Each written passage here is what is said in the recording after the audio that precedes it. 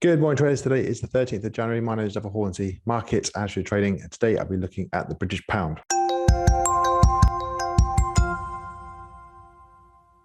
going to start with the Forex heat map on YouTrading.com. And anything that is red is weaker this morning, and anything that is green is obviously stronger. So we want to buy the greens and sell the reds. So that would be something like the British pound, which is going green across the board, apart from the New Zealand dollar. The New Zealand dollar appears to be the strongest currency today. Aussie obviously closely behind it. The US dollar, the yen and the yuan are obviously weaker, and we've got a mixed euro following some ECB news out today. We're going to look at the pound and go to the active trader platform. So I've got the pound versus US dollar against the yen, the CAD and the New Zealand dollar in the charts. And if you look to the left, the sentiment indicator sort of shows that 75% of traders are trying to short the major currency pair, pound versus US dollar.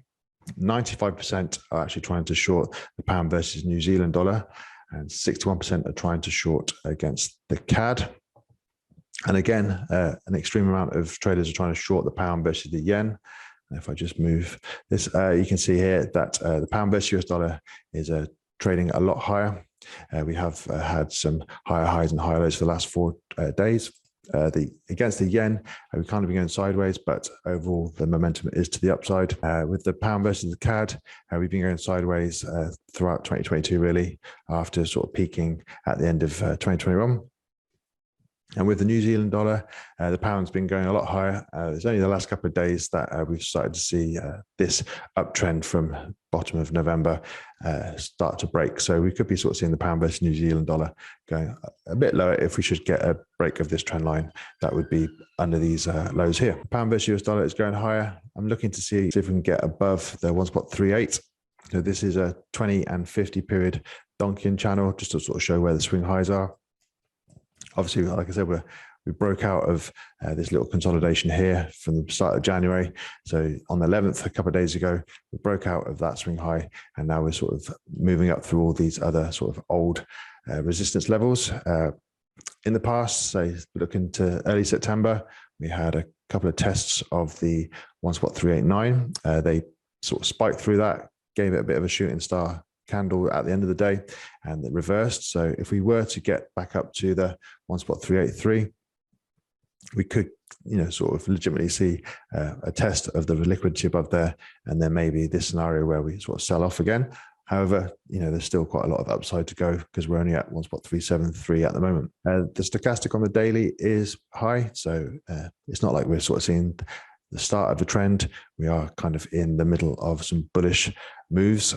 Obviously, if you look to the left, every time there has been a move above the 80 level on this stock, you can sort of see, we have found resistance and come back down to test previous support. However, moving down to the 15-minute chart, because the pound is doing much better than the US dollar is obviously declining from yesterday. The vertical lines here are the Asia Pac session. We obviously saw the first 15 minutes of London today break a little bit higher. Then we came back down to sort of test those sort of highs over the Asia Pac session. Now, if we were to get a break above the 1.3750, then that to me would be signaling that the pound traders want to continue going higher today. On the pound versus the yen, 15-minute chart, again, vertical lines is the Asia Pac session, the overnight session. We can see here we've got 157.7 is basically the most significant swing high. We're in that sort of trading range between that high and the yesterday's low. But we did break out of the Asia Pac session. We've come back down to test that old resistance, see if it is now support. If we were to get back above the 157.50 level today, then I'd be looking for these stops up here to get taken and a continuation again higher, because like I said, the pound versus the yen is doing much better across the board. So I'm expecting to see momentum to the upside. The pound versus the CAD on the 15-minute chart, I'm not so keen to sort of take this breakout. Yes, we did take out the Asia Pac session highs, but oil has been tracking higher along with the pound and the CAD. So for the most part, the pound versus the CAD is going sideways or towards the downside, really. So yeah, we might see a reversal, but I'd like to see a move above this one spot 7.2 sort of swing high area before thinking that this is going to be bullish at all. And the pound versus New Zealand dollar, obviously lots of traders are trying to short this. There is a double top basically up here around the sort of 2.014.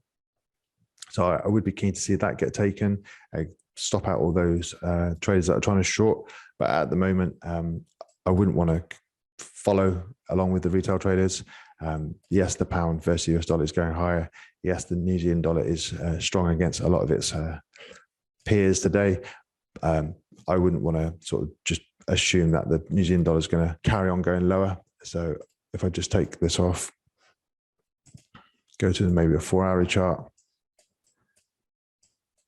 You know, we essentially took out this double top here. They tried to find support.